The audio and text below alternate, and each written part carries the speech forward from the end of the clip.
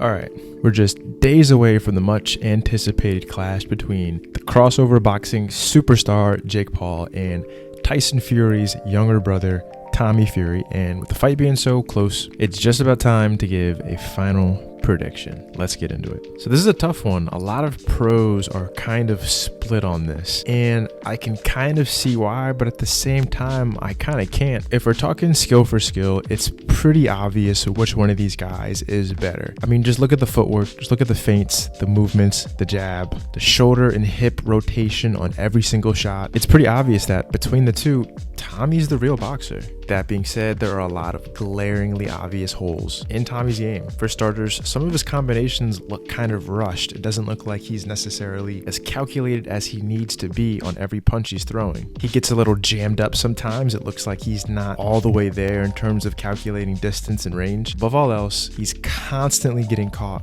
with huge right hands over the top, which, as we know, that's the shot Jake's looking to land more so than anything else. But I think a lot of people are really underestimating the skill gap between these guys. If you look at Tommy's fights, he's winning every single fight he's had handedly, which he should do because he's not been fighting good competition. But I think a lot of people forget that in the British boxing scene, this is just how it goes. You start off fighting journeymen. I even saw a video recently of Tony Bellew talking about how Tommy Fury hasn't fought anybody.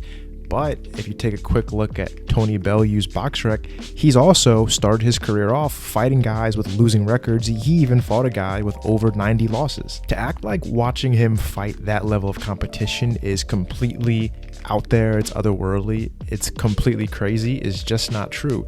This is how most professionals in the English scene start to come up. And while he hasn't been necessarily knocking these guys out, I think part of that might be due to that in and out, fast footwork, constantly feigning gypsy style where he's not always looking to set up a huge punch. On top of that, Tommy has had a legitimate amateur career. While it was only 12 fights, which is nothing in the grand scheme of it, you compare it to guys like Lomachenko with almost 400 amateur fights, but he was known as a pretty decent amateur. You can even see an amateur fight of him on YouTube right now when he's like 15, 16, and if we're being honest, his technical ability is way above Jake's, and that's like 7 years ago at this point. A big talking point is whether or not Tommy's going to be able to handle the big moment. But I think a lot of people forget that in Tommy's last fight, when he fought on Tyson's undercard at Wembley, while the crowd did look empty, Wembley holds over 100,000 people. At the time of Tommy's fight, there were still probably around 40,000 people in attendance, which that's nothing for Wembley standards, but that's still a huge audience. Coupling that with his American debut against Anthony Taylor, the guy does have experience fighting in front of full crowds. While some people are a little upset that he didn't show up to the press conference, I think it was kind of a smart move. There's no reason to entangle himself in any of the weird mind games that Jake's going to try to play. On the night, it's going to come down to who is the more skilled.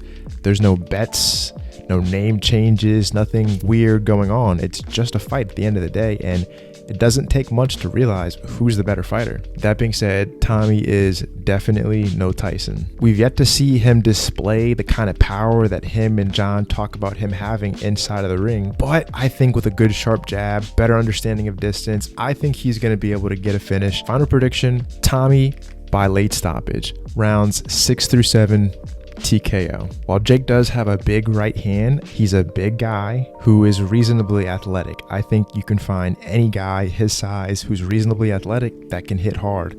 I don't think this is something Tommy hasn't seen before in the gym. And at the end of the day, while Jake's fighting better competition each and every time, he still has the same glaring holes in his game. Constantly crossing his feet, moving his head way too much, losing eye contact with his opponent when he's throwing shots, and the amount of which he telegraphs that right hand is just insane. I do think he's going to land a big shot in this fight, but again, I don't think that's something Tommy hasn't seen before, at least in the gym. I think we're going to see Tommy get hit, and even if he gets knocked down, as long as he's able to recover, I still think he comfortably outboxes him, and I see a late stoppage. But let me know what you think in the comments below.